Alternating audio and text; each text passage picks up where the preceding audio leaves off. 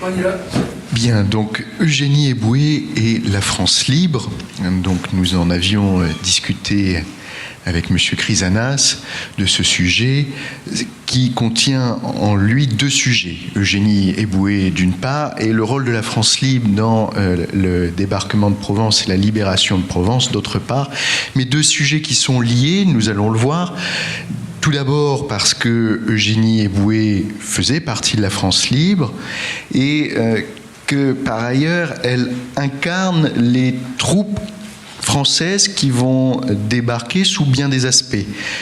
En outre, avec son époux Félix Eboué, elle va jouer un rôle précurseur qui sera le terreau permettant plus tard ce débarquement des forces françaises libres en Provence. Commençons par l'engagement d'Eugénie Eboué dans la France libre.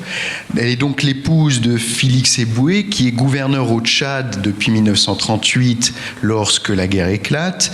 Et en août 1940, après donc les événements de 1940 en France, son mari et elle décident de se rallier au général de Gaulle et à la France libre, ce qui va changer localement le cours de la guerre. Au plan militaire, c'est très important parce que le Tchad occupe une position stratégique au sud de toute l'Afrique du Nord, la Libye, l'Égypte, où il va y avoir beaucoup de combats pendant la Seconde Guerre mondiale, et non loin donc du Maghreb. Et les troupes de Leclerc vont partir du Tchad pour aller à Koufra un peu plus tard dans la guerre. Donc s'il n'y avait pas eu cette emprise territoriale au Tchad, la suite de la guerre n'aurait pas été la même pour les forces françaises libres. Il faut voir aussi que cela donne une première assise territoriale à la France libre, qui, par la force des choses, se trouve au tout début de la guerre à Londres, n'a pas d'emprise territoriale. Le Tchad est le premier à rejoindre la France libre. Donc, ce choix de Félix et Eugénie Eboué de rejoindre la France libre est très important. Elle s'engage par ailleurs, Eugénie Eboué, véritablement auprès de la France libre en tant qu'infirmière à l'hôpital militaire de Brazzaville, qui est alors la capitale de la France libre. Elle recevra plus tard à la Libération pour cela la médaille de la Résistance, la Croix de guerre, et elle sera faite chevalier de la Légion d'honneur. Eugénie et Félix Eboué rejoignent sans hésitation la France libre, et avec eux, leurs deux enfants. Donc, Charles et Ginette Eboué. Charles Eboué sera engagé à Londres. Il pilotera d'ailleurs un Spitfire. Et Ginette Eboué sera elle aussi résistante et ambulancière. L'engagement auprès de la France libre d'Eugénie Eboué lui vaudra par ailleurs une condamnation à mort par contumace par le régime de Vichy. Donc voici le couple Eboué, Félix Eboué qui jouera un rôle très important dans la vie d'Eugénie Eboué, j'y reviendrai plus tard. Se développe du fait de cet engagement dans la France libre d'Eugénie Eboué, un véritable lien d'amitié avec le général de Gaulle, une relation de confiance se noue entre le général et les Eboué au fil de leur engagement. Eugénie Eboué joue un rôle intermédiaire entre Félix Eboué et le général, puisque c'est elle qui dactylographie l'ensemble de la correspondance entre ces deux personnages, en parallèle de son engagement comme infirmière. Donc là, sur cette photo, on la voit lorsque le général l'a fait commandeur de la Légion d'honneur, bien plus tard après la guerre. Pendant la guerre, De Gaulle, lorsqu'il est à Brazzaville, réside chez les Eboué, ce qui peut parfois donner lieu à des scènes cocasses, comme ce jour où le général de Gaulle se repose dans le jardin de la résidence des Eboué, il lit un livre allongé sur un transat, et là, à la fenêtre, Eugénie Eboué appelle, vous aurez noté que le fils des Eboué s'appelle Charles, et elle crie à la fenêtre: fenêtre, Charlot, viens ici. Et là-dessus, le général de Gaulle qui se lève, se croyant concerné, et ce qui, bon voilà, c'était bien évidemment son fils qu'elle appelait. Mais c'est pour dire aussi le lien d'amitié qui pouvait exister entre eux, et ce genre de scène qui n'était pas si incongru en connaissant les liens qui existaient entre eux. Pour le général de Gaulle, le ralliement au Tchad a été un événement important. En 1940, les débuts de la France libre sont difficiles. Le fait que un territoire comme le Tchad rejoigne la France libre, qui est le premier territoire ultramarin ou colonie à rejoindre la France libre, c'est un élément décisif. C'est pour ça que le 29 mai 1944, à la suite du décès brutal de Félix Éboué, le général de Gaulle livre un sentiment profond à son égard. Je vous lis ce qu'il a pu écrire à Eugénie Éboué. C'est de tout mon cœur que je vous adresse l'expression respectueuse de ma très grande affliction et de ma profonde sympathie dans le chagrin qui vous a frappé. Mais à vous, sa compagne, sa femme, la mère de ses enfants, je dirais simplement que Félix Éboué était mon ami, et que rien ne pourra me faire oublier jamais l'homme, le compagnon, le frère de combat qu'il fut à mes côtés dans la plus grande épreuve possible. Je vous demande, chère madame, de bien vouloir, dans le présent et dans l'avenir, me tenir pour très fidèlement dévoué à sa mémoire et très attentif à ce qui peut vous être utile à vous-même et à vos chers enfants. Voilà en guise d'illustration, bien que formelle, du fait certainement du contexte et de l'écrit, du lien qui pouvait exister entre les Éboué et le général de Gaulle.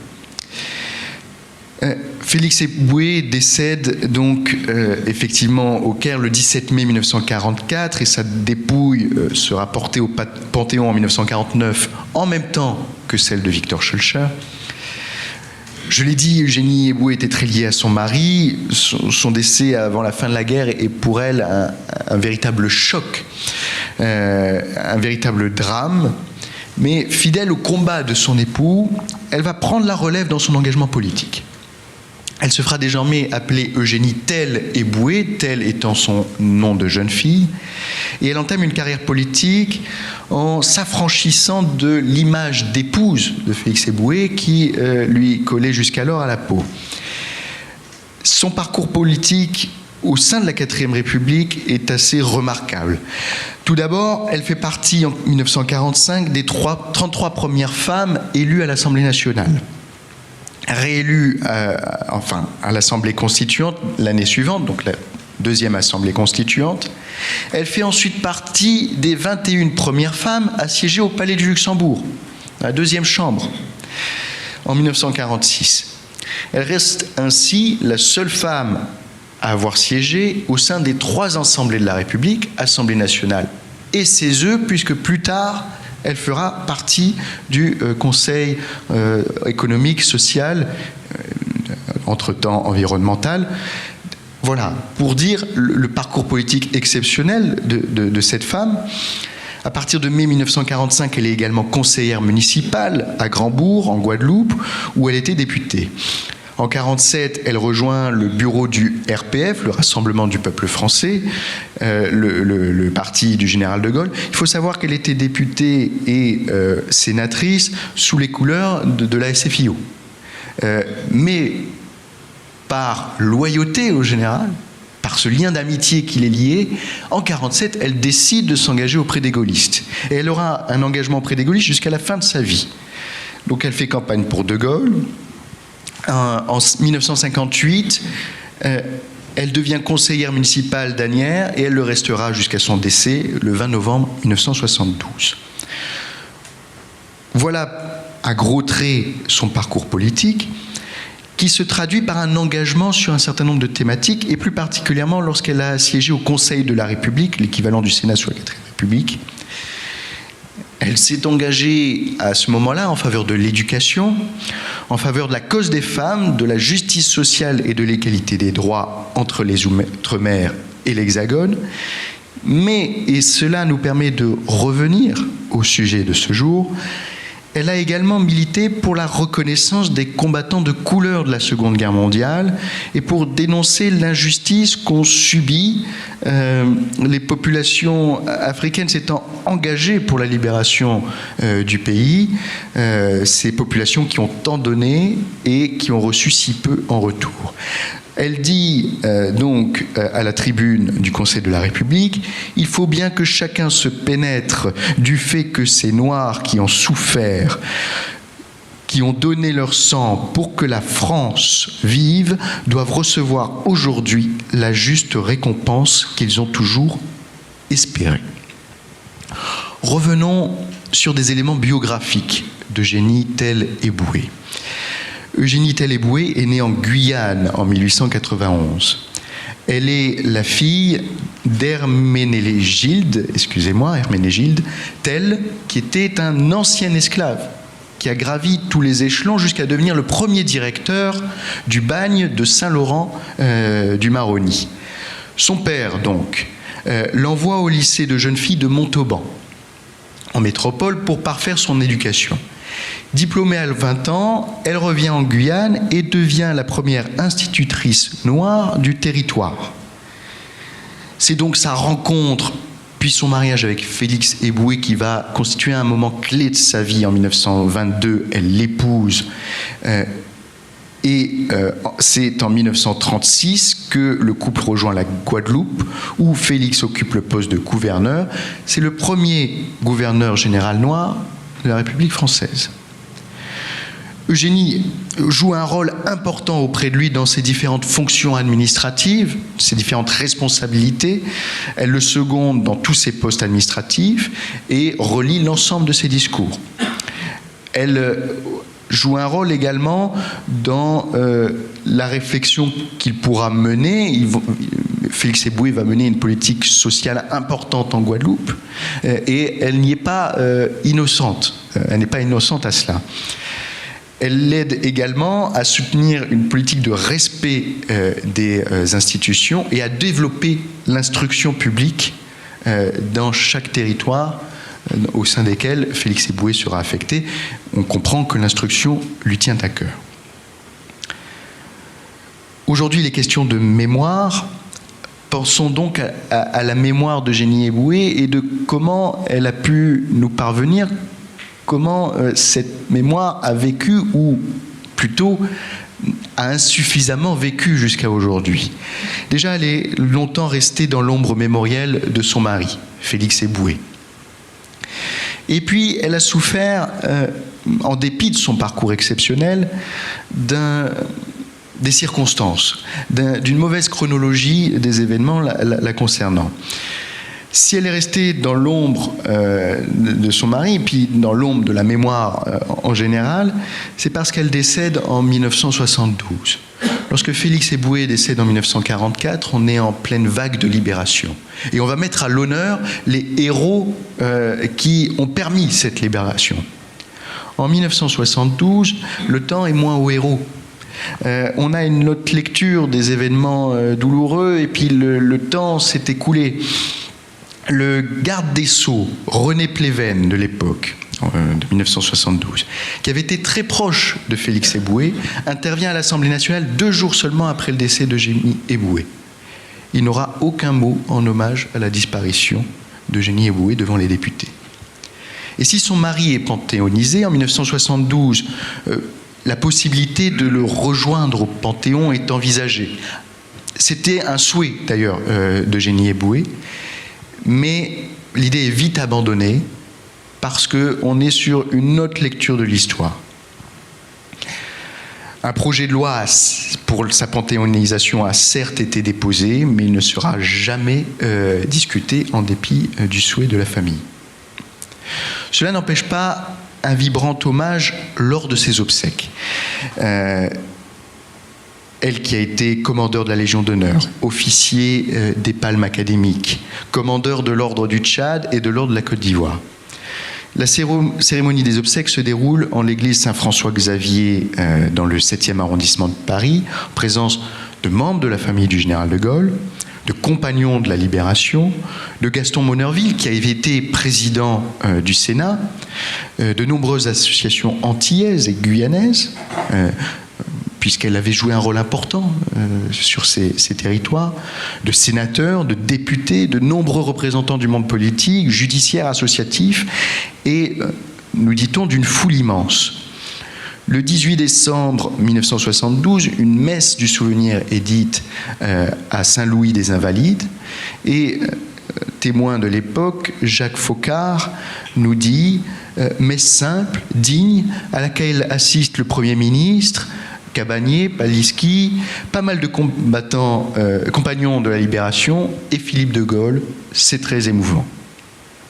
Pour autant, en dehors de ces obsèques, elle ne bénéficie jusqu'à très récemment, puisque on redécouvre cette figure d'Eugénie Eboué que depuis quelques années, elle ne bénéficie que d'une reconnaissance limitée en dépit de son parcours exceptionnel. C'est Arlette Capdepuis, qui est historienne, qui parle de Madame Eboué, une gaulliste de guerre au temps de la relève, pour évoquer ce parcours de la mémoire d'Eugénie Eboué. Malheureusement, c'est une gaulliste de guerre.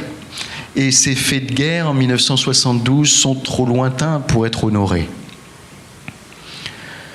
Je pourrais ajouter à cela que revenu à la vie politique en 1958, après l'avoir quitté assez vite, en 1951, dans le courant de la 4e République, elle n'a jamais pu trouver sa place au sein des gaullistes qui étaient arrivés au pouvoir en 1958, si bien qu'elle n'est restée que conseillère municipale d'Asnières à partir de ce moment-là.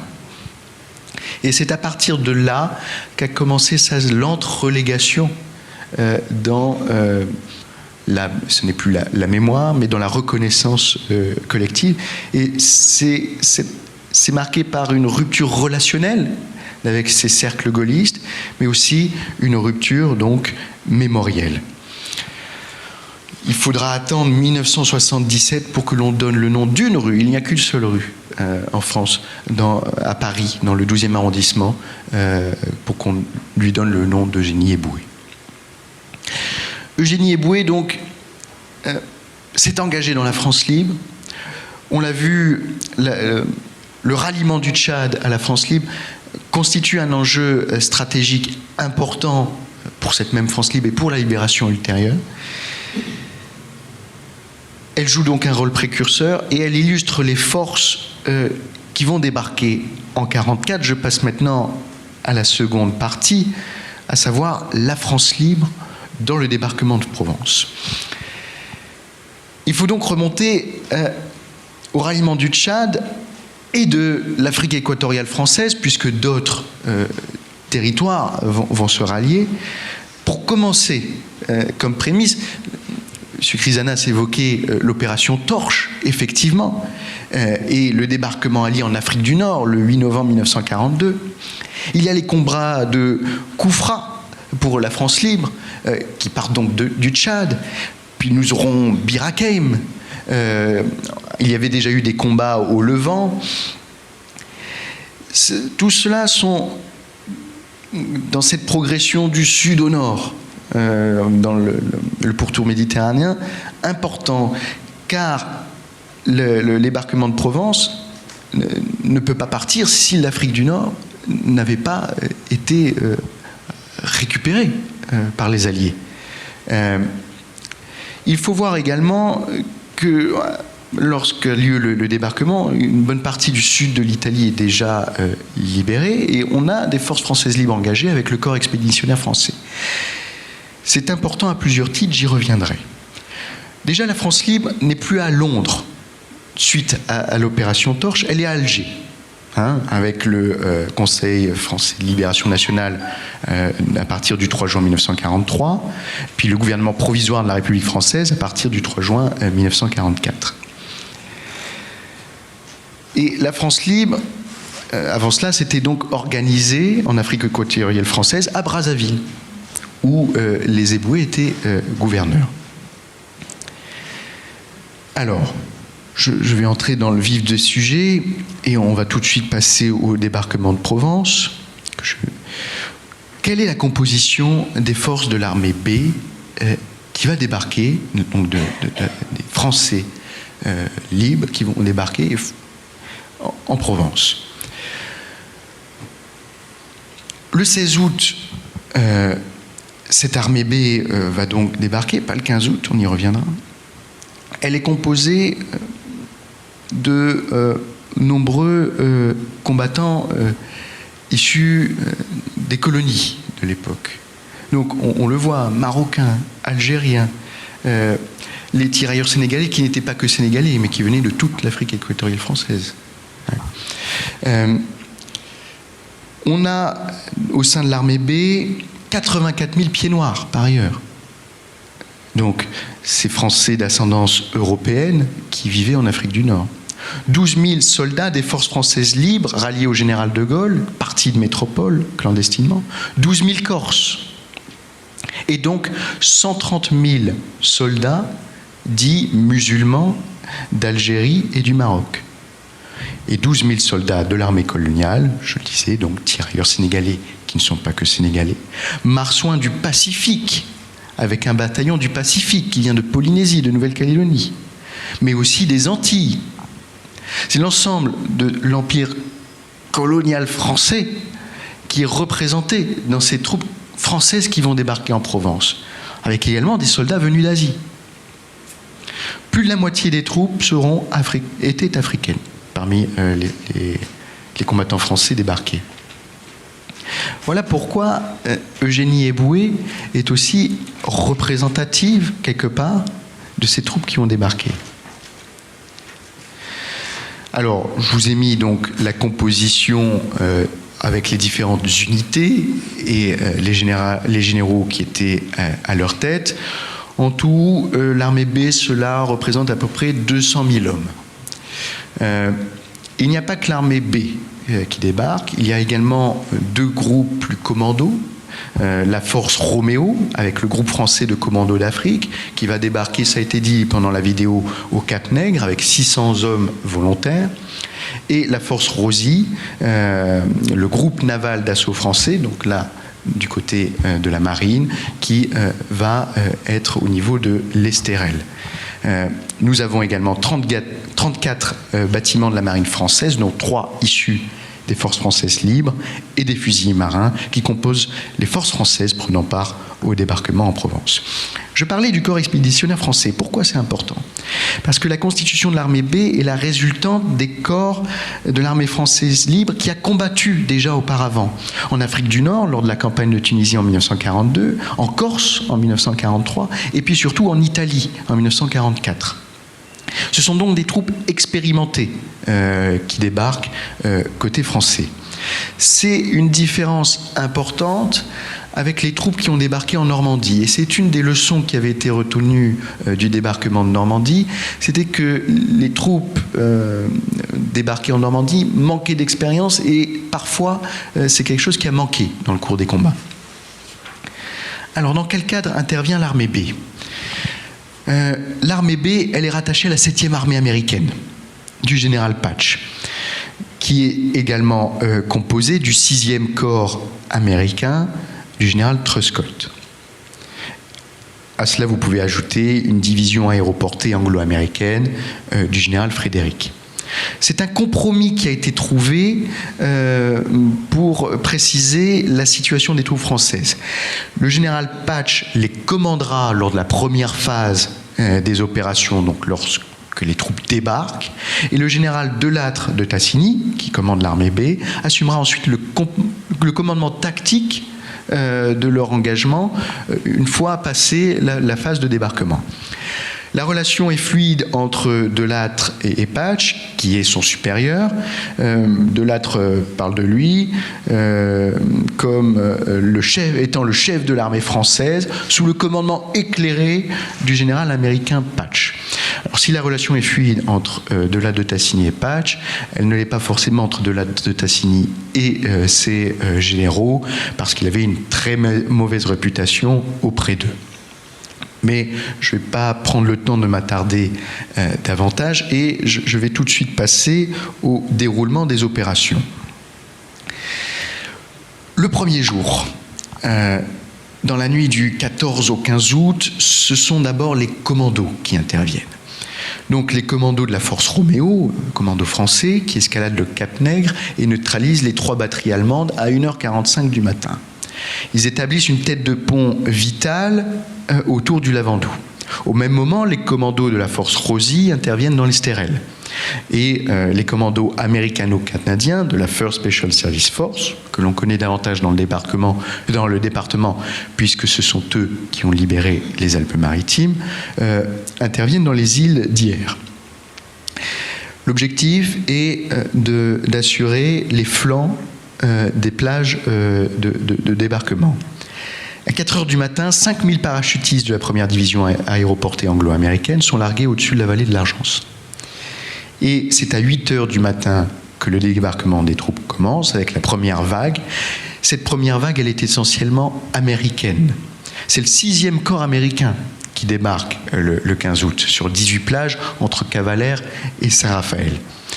Parmi ces soldats se trouvent toutefois les Français du Combat Command 1, du général Sudre, mais ils sont minoritaires au sein des troupes qui débarquent le premier jour. Alors, pour compléter le tableau, très brièvement, ce sont les Allemands de la 19e armée du général Wiese qui sont en face, et ils sont rapidement submergés. Il faut dire qu'ils ne peuvent compter que sur une quarantaine de navires, une centaine d'avions, face à plus de 2000 navires et presque autant d'appareils aéronautiques côté alliés. Les Alliés bénéficient ainsi d'une véritable supériorité numérique, qui vient également de l'existence du front normand. Les Allemands ayant dégarni leurs troupes au sein de la 19e armée pour constituer des renforts sur le front allemand. La situation ne s'améliorera pas pour les forces allemandes parce que le 17 août, Hitler donne l'ordre à la 19e armée de remonter vers le nord. Seules 2 divisions sont stationnées dans les 2 grands ports avec l'ordre de résister à tout prix. Ce sont ces 2 grands ports de Toulon et de Marseille qui sont les objectifs des forces françaises libres, de l'armée B. Et c'est à partir du 16 août donc, ces troupes débarquent et vont entamer les combats pour partir à l'assaut de Toulon, d'abord par l'intérieur des terres, pour prendre les Allemands à revers. Cela donne lieu à des combats acharnés dans le massif des Morts, avec la prise par les commandos de choc des forts du Coudon et du Faron, qui se révèlent particulièrement meurtrières. De là veut aller vite. Il faut déborder l'ennemi sans lui laisser le temps d'assurer ses positions. Le 18 août, la zone occupée par les Alliés atteint déjà 30 km de profondeur. Donc on passe par l'intérieur des terres. À partir de cette date, du 18 août, les Alliés bombardent Toulon de façon intensive. Je reviendrai sur ces bombardements. Et le 20 août, l'encerclement de Toulon commence. Alors Français libres, Algériens, marsouins de la coloniale et tirailleurs sénégalais, ce sont eux qui sont engagés dans les combats pour la libération de Toulon. On a 16 000 soldats français qui affrontent 25 000 soldats allemands de la 242e division qui s'est repliée dans la ville. Après plusieurs jours de combats urbains, le port et l'arsenal de Toulon, en ruine, sont pris par les Français libres. On dénombre 2700 tués ou blessés à l'occasion de ces combats. Donc le 28 août, la garnison allemande se rend avec la capitulation du contre-amiral Rufus, réfugié dans ses fortifications de Saint-Mandrier. En parallèle des combats à Toulon, et ça a été un choix qui a été fait par Delatte pour accélérer les choses, toute une partie de l'armée B est déjà en route vers Marseille. 10 000 soldats sont déjà en route sous les ordres du général Montsabert, où 20 000 soldats allemands les y attendent. Delattre avait effectivement prévu l'attaque sur Marseille dès la prise de Toulon, qui était espérée aux alentours du 22-23 août. Mais les combats se poursuivant dans cette première ville, il fallait accélérer les événements.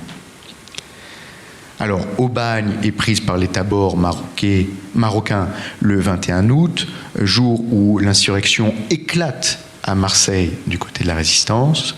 Les FFI affrontent donc déjà les troupes allemandes lorsque les forces françaises libres pénètrent dans la ville le 23 août pour 5 jours d'âpres combats.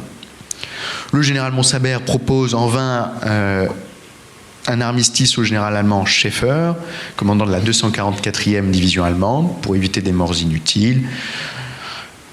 Capitulation allemande qui finira par arriver le 28 août, et les ports de Toulon et de Marseille sont libérés. Dès lors, l'armée B peut remonter la vallée du Rhône. Maintenant, analysons ces événements avec également cet enjeu de la mémoire telle qu'elle nous est parvenue. Tout d'abord, voyons le succès de ces forces françaises libres. Ça a été dit dans la vidéo tout à l'heure. Toulon et Marseille sont libérés avec 1 mois d'avance sur le calendrier initial. Les Alliés s'attendaient, il est vrai, à des combats urbains plus difficiles. Le 28 août, Delattre envoie un télégramme au général de Gaulle. Je vous cite, « Aujourd'hui, J+13, dans le secteur de mon armée, il ne reste plus un Allemand autre que mort ou captif. » La Provence est alors libérée, majoritairement par l'armée B et les résistants français. Et ce bilan illustre le succès de la préparation et de la réalisation du débarquement en Provence. C'est aussi, mais j'y reviendrai à la fin de mon intervention, ça doit beaucoup aux actions de la résistance. Et comme je l'ai dit, ça vient également du fait que l'on avait une armée expérimentée cette fois-ci, du fait des précédents combats. Le résultat, c'est que pour prolonger sur ce succès des forces françaises libres, elles libèrent quand même 1/3 du territoire français en 3 semaines. C'est équivalent de 25 départements. Et elles font la jonction donc avec les troupes de Normandie le 12 septembre à Dijon. Un enjeu important de ce débarquement de Provence, c'est le rôle prépondérant des troupes françaises. On a 230 000 soldats français sur les 324 000 soldats engagés dans cette opération Dragoon. Le rôle de la France ici est à mettre en contraste avec les 177 hommes du commando Kiefer lors du débarquement en Normandie. C'est très important pour la France libre et pour le général de Gaulle, qui vont pouvoir dire qu'ils ont contribué à la libération de la France. J'y reviendrai également. Pour autant, ces troupes françaises, elles sont dépendantes du matériel américain, ce qui crée des tensions parfois avec les Américains qui reprochent aux Français de piller leur matériel. L'enjeu de la libération des ports de Toulon et Marseille est très important d'un point de vue stratégique par ailleurs, parce que ça permet l'accès à la logistique pour la suite des opérations en Europe. 900 000 hommes et 4 millions de tonnes de matériel vont transiter par ces 2 ports, ensuite de leur libération. Et à la fin de l'année 1944, plus de 40% du matériel nécessaire aux armées alliées ont transité par Marseille, seulement le port de Marseille. L'opération Dragoon a également pour but de protéger ensuite le flanc droit de l'armée américaine venant de Normandie, en faisant cette jonction. Et, bien évidemment, a permis la libération plus rapide du sud de la France et des Alpes, sans attendre 1945. Les plans de Churchill ne passaient pas par la Provence. Pour Churchill, il fallait continuer par l'Italie pour aller le plus rapidement possible en Allemagne. Ce sont les Américains qui ont imposé ce débarquement de Provence, qui était également la volonté du général de Gaulle. Il faut aussi avoir en tête ce que représente le retour en France pour tous ces combattants de la France libre, souvent contraints à l'exil depuis 4 ans. C'est la première fois depuis 1940 qu'une armée française entière foule le sol de la métropole. Et donc, je ne sais pas si je vous ai mis la citation, bon, je vous laisse le plan, non, je ne l'ai pas mise, du général Delattre de Tassigny. À la vue des côtes au moment de débarquer, il nous dit « Sur les navires éclate la Marseillaise la plus poignante qu'on ait jamais entendue. » Un autre témoignage de Delattre de Tassigny Combien émouvant a été pour nous tous l'instant où, quittant le bateau, nous avons foulé de nouveau le sol de la patrie retrouvée. Effectivement, l'arrivée en vue des côtes françaises déclenche une forte émotion dans les navires, on s'embrasse. Mais il faut garder en tête tout de même que pour autant, la plupart des soldats qui débarquent découvrent la France, puisque au sein de cette armée d'Afrique, on compte beaucoup de soldats issus des colonies et aussi beaucoup de pieds noirs. Alors, ce rôle des forces françaises dans le débarquement de Provence va avoir, comme je l'ai brièvement évoqué et que je vais maintenant développer, une incidence importante pour le rayonnement de la France. D'abord, l'armée B, c'est le bras armé du général de Gaulle pour participer, comme je l'ai dit, à la libération du territoire national. Les succès militaires de l'armée B sont essentiels à l'avenir politique de la France, à un double niveau. Tout d'abord intérieur, ils permettent d'asseoir et de relancer la renaissance d'un État démocratique et républicain français, sans passer par une phase préliminaire d'occupation américaine. Ensuite, d'un point de vue de politique extérieure, la France libérée par ses victoires militaires se positionne comme un vainqueur lors de la signature de l'acte de reddition de l'Allemagne le 8 mai 1945.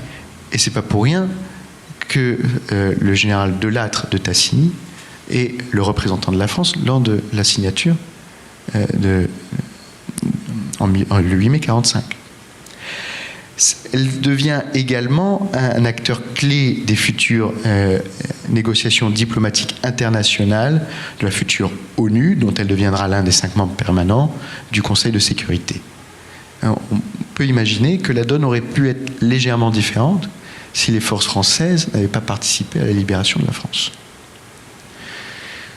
Il est question de la mémoire. Il y a une autre mémoire oubliée dans tous les sujets que j'évoque aujourd'hui, c'est celle donc de ces combattants issus des territoires africains. Cela vient notamment de ce qu'on a appelé le blanchiment des forces. Donc, on l'a vu, l'essentiel des troupes était d'origine africaine. À l'automne 1944, l'état-major français décide de retirer ses soldats originaires d'Afrique subsaharienne pour les remplacer par de jeunes Français issus des rangs de la résistance intérieure. C'est l'amalgame. Et c'est ce qu'on appelle le blanchiment des forces. Pourquoi est-ce qu'on a fait cette opération ? D'une part, parce que on craignait... Alors déjà parce que, on l'a vu, l'armée B était encadrée, qui deviendra la première armée en septembre. Donc à ce moment-là, on parle déjà de première armée française, encadrée par les Américains. Et on sait qu'aux États-Unis, à ce moment-là, on est encore au temps de la ségrégation. Et les Américains voient d'un très mauvais œil cette présence de troupes noires au sein des armées de libération françaises.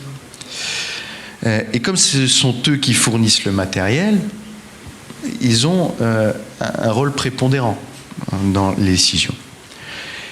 Il y a par ailleurs le fait qu'on craint ce qui avait été appelé à la suite de la Première Guerre mondiale la honte noire lors de l'occupation par les forces françaises de l'Allemagne, où on avait eu des soldats issus des troupes coloniales, donc on est ensuite de la Première Guerre mondiale, qui faisaient partie de ces troupes d'occupation de la Ruhr, et on les avait accusés à l'époque de tous les maux. Les Allemands les avaient accusés de viol, de violence, et donc pour éviter, parce que ces troupes qui débarquent vont plus tard combattre en Allemagne, et plus tard être des troupes d'occupation en Allemagne, pour éviter plus tard cet écueil qui avait été vécu ensuite de la Première Guerre mondiale, on va retirer les troupes originaires d'Afrique. Alors, le prétexte qui avait été avancé par ailleurs, c'était qu'elles étaient mal armées pour le froid. Et effectivement, les combats qui ont lieu dans l'est de la France au cours de l'hiver soumettre les troupes à un froid rigoureux. On a de nombreux cas d'engelure dès l'automne au sein de ces troupes africaines, mais ce n'est pas la seule raison. Alors, la façon dont ces troupes africaines vont être traitées n'est pas glorieuse. Ils vont être parqués dans des camps dans le sud de la France, avant d'être à devoir patienter pendant des mois dans des conditions insalubres, avant d'embarquer vers l'Afrique de l'Ouest. Ils sont retirés du front sans remerciement ou cérémonie ou même dommage, et ça va être très mal vécu par ces soldats africains qui pensaient faire partie des vainqueurs et qui ne sont pas traités comme tels. Dans les camps dans lesquels ils sont parqués, ils s'ennuient et ils ont le sentiment à juste titre de ne pas être reconnus à leur juste valeur. Il y a un enjeu tactique qui va jouer, qui est défavorable, c'est qu'on retire des troupes expérimentées et qui ont l'habitude de combattre sous uniforme, pour les remplacer par des résistants qui sont moins accoutumés à la hiérarchie militaire à laquelle ils vont être soumis désormais. Donc, je passe pour la suite. Je vous laisse une référence projetée qui fait référence à tout cela. Haute mémoire oubliée, le rôle des femmes pendant ce débarquement de Provence, qui ont été chargées des transmissions et qui étaient sur les navires au moment du débarquement. Haute mémoire oubliée, ce sont les victimes civiles. J'ai évoqué les bombardements qui ont commencé à Toulon. On a là encore forte quantité de victimes civiles. Alors certes, c'est moins qu'à Caen, où la ville avait été quasiment entièrement rasée, mais tout de même, il y a de nombreuses victimes civiles des débarquements, des bombardements. Au final, aussi, et de façon plus globale, c'est le débarquement de Provence qui fait partie de cette en entier, qui fait partie de cette mémoire oubliée. On se souvient du débarquement de Normandie internationalement, mais on pense assez peu au débarquement de Provence. Et cela tient à plusieurs facteurs, et j'en terminerai par là. Tout d'abord, le fait que coïncide à peu près au même moment la libération de Paris et la descente des Champs-Élysées par les gaullistes va être l'image qui va impacter ce mois d'août 1944. La presse va se faire surtout écho de la libération de Paris à ce moment-là et va assez peu évoquer le débarquement de Provence. On a ensuite le fait qu'on n'a pas de film fleuve comme on avait Paris brûle-t-il, comme on avait Le jour le plus long dans les décennies qui vont suivre la Seconde Guerre mondiale, qui évoque ce débarquement de Provence. Il va falloir attendre 2006 et c'était... le nom m'échappe. Bon, ça me reviendra. Ce film sur ces tirailleurs indigènes, voilà, qui va sortir et qui sera le premier film à véritablement évoquer, quoique ce n'est pas le sujet de l'ensemble du film, le débarquement de Provence. Donc, la presse ne s'en fait pas écho. On n'a pas le cinéma qui s'empare du sujet, et la mémoire du débarquement de Provence est éclipsée par la mémoire de la libération de Paris. Ensuite, ça tient également à un certain nombre d'événements fâcheux. Déjà en 1964, le général de Gaulle ne veut pas faire de cérémonie, qui est alors président de la République, en Normandie, considérant que la France n'a été insuffisamment associée à ce débarquement. Et donc, le moment mémoriel qu'il choisit, c'est le débarquement de Provence. C'est peut-être l'occasion de le mettre en avant. Pour autant, lorsqu'il inaugure le mémorial du débarquement en Provence, près de Toulon, sur le mont Faron, il échappe de peu à cette occasion à une tentative d'attentat de l'OAS. Ça n'aide pas. Nous sommes 2 ans après les accords d'Évian. Et puis surtout, le moment mémoriel qui va marquer cette année 1964, c'est la panthéonisation de Jean Moulin. Une occasion manquée de réhabiliter le débarquement de Provence dans la mémoire collective.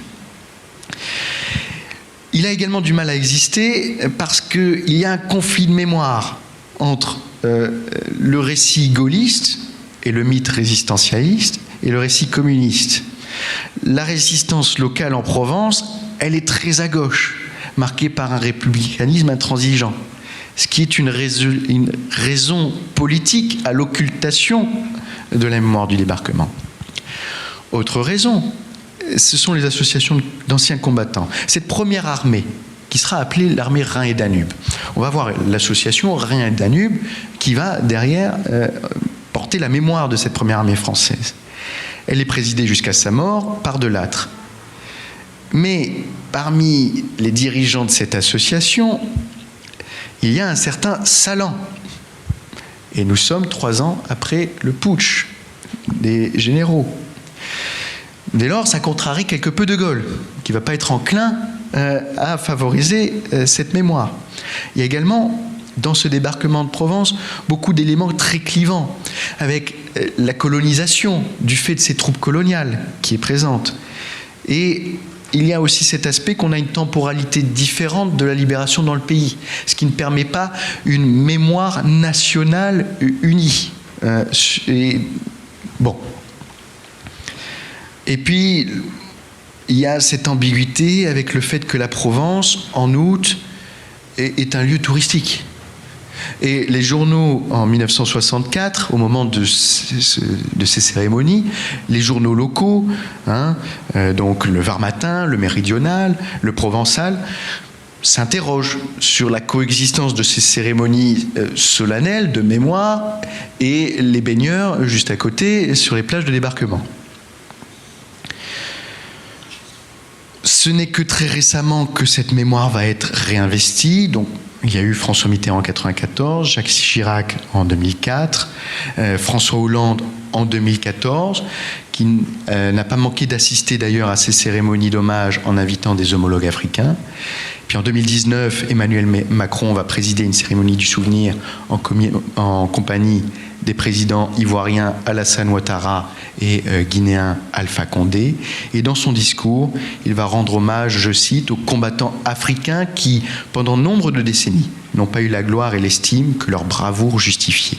La France a une part d'Afrique en elle, et sur ce sol de Provence, cette part fut celle du sang versé.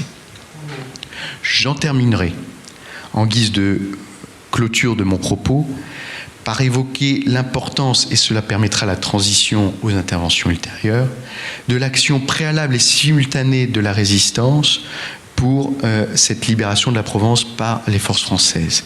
De Lattre disait « Les FFI sont l'avant-garde de l'armée qui arrive », avec un rôle important de renseignement, le rôle de la résistance lors de l'insurrection de Marseille. Ils vont guider les troupes dans la ville. Et si l'armée française peut avancer vite, c'est parce que les FFI sécurisent le terrain et permet à l'armée de gagner plus rapidement les villes. La résistance permet de verrouiller les voies d'accès aux zones du débarquement et elle joue un rôle important en guidant les forces alliées. Et puis donc plus tard, cette résistance va être pleinement intégrée à la première armée lors de l'amalgame déjà évoqué. Ce sont quand même 137 000 résistants qui vont intégrer la première armée. Voilà donc pour Eugénie Eboué et le rôle des forces françaises libres qui sont liées par bien des aspects et puis, et ce sera mon mot de la fin, qui sont liés au final par cette mémoire contrariée qui ne les a pas honorés à leur juste valeur.